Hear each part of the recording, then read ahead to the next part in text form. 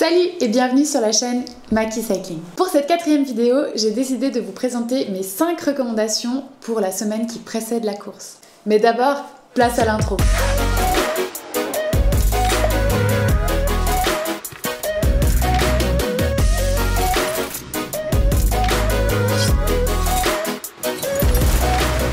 Faut savoir que là, je vous parle d'ultra cycling, mais ces recommandations, je les ai élaborées progressivement au fur et à mesure de ma pratique.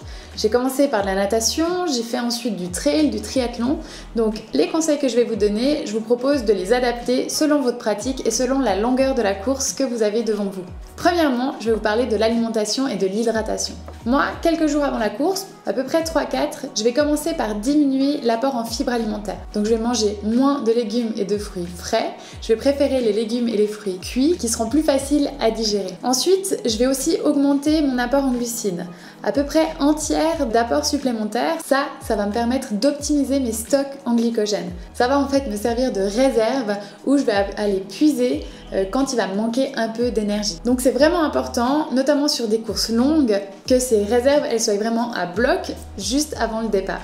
Je vais aussi diminuer l'apport en matières grasses. Il faut savoir que les matières grasses vont ralentir la digestion, ralentir la vidange gastrique et on n'a pas besoin d'une fatigue supplémentaire à quelques jours de la course. Durant la semaine qui précède l'épreuve, je vais aussi faire attention à réunir les éléments qui vont constituer mon repas d'avant-course et le petit déjeuner. Pour ma part, le petit déjeuner, je le pratique déjà à l'entraînement. C'est vraiment important de ne pas avoir des surprises le jour de la course. Très régulièrement, je prends le même petit déjeuner et là, les 3-4 jours avant la course, je vais déjeuner tous les jours la même chose. Ce que je vous conseille, même si vous visitez un nouveau pays, qu'il y a plein de choses qui vous font envie, c'est de ne pas goûter les spécialités culinaires quelques jours avant la course. Pour conclure, je vous conseille de ne rien tester et de rester sur les choses connues qui marchent. Par rapport à l'hydratation, c'est vraiment important de ne pas prendre la course déshydratée. Donc il va falloir boire entre 1,5 litre et 2 litres et ça en dehors des entraînements. Il faut savoir que 1% de déshydratation va diminuer vos performances de 10%.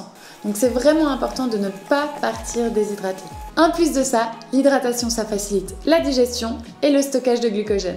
Le deuxième point concerne le repos. C'est vraiment important d'arriver à votre course le plus reposé possible. Vous allez avoir besoin d'énergie et cette énergie, il ne faut pas la gaspiller trop vite. Donc première chose, moi j'anticipe le manque de sommeil que je vais avoir la veille de la course. Je sais pas vous, mais moi je dors super mal, souvent je fais de l'insomnie, donc je préfère partir du principe que je vais mal dormir. Je vais dormir des nuits complètes, ajuster quelques siestes au besoin, mais surtout je vais essayer d'alléger au maximum mon agenda. Si c'est possible, je vais essayer d'arriver le plus tôt possible au départ de ma course. Par exemple, je sais que 3-4 jours, c'est tout juste le minimum pour pouvoir arriver reposé le jour de la course. Je vais avoir un jour pour le trajet, un jour pour aller récupérer le dossard, faire les courses, mais aussi un jour complètement off. Ensuite, je vais essayer de limiter au maximum tous les déplacements à pied. Donc pour ça, je vais essayer de trouver un hôtel qui soit proche de la course, proche du centre, ou alors au moins avoir les transports en commun ou un parking qui va me permettre de me déplacer facilement sans trop marcher. Un outil qui m'a été très utile lors de ma dernière course, ça a été les bottes de compression de chez Compex. Ces bottes accélèrent la récupération en favorisant la circulation sanguine. Donc ça a été vraiment un super plus, mais je comprends que tout le monde ne peut pas s'offrir ce genre de bottes. Ce que je vous conseille, c'est les douches froides, mais aussi mettre simplement vos jambes en l'air de temps en temps à la fin de la journée ou à la fin de vos promenades. En dehors du sommeil, moi j'ajoute des techniques pour diminuer mon stress. Mon stress, il va avoir tendance à augmenter au fur et à mesure que la course se rapproche. Donc je sais que sur moi, le yoga marche très bien. Moi, j'apporte partout mon tapis de yoga. Mais peut-être que vous, ce sera quelque chose d'autre, par exemple des écouteurs pour pouvoir vous isoler, écouter de la musique et vous mettre dans votre bulle. Pour mon 3e conseil, ça va être de finaliser vos parcours. Donc moi, ce que je vais faire, c'est que je vais vérifier que mes parcours sont disponibles en hors ligne. Pour ça, j'ai une application qui marche très bien, c'est Mapout.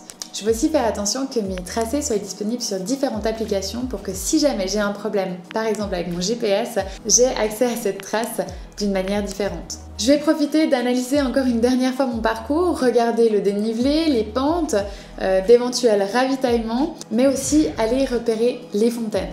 Pour moi, les fontaines, c'est vraiment central. Ça va vraiment être très important parce qu'ils vont me permettre 3 bénéfices. Le premier, ça va être de me rafraîchir. Il faut savoir que dès que le corps est en surchauffe, il diminue sa performance. Ensuite, ça va être de m'hydrater.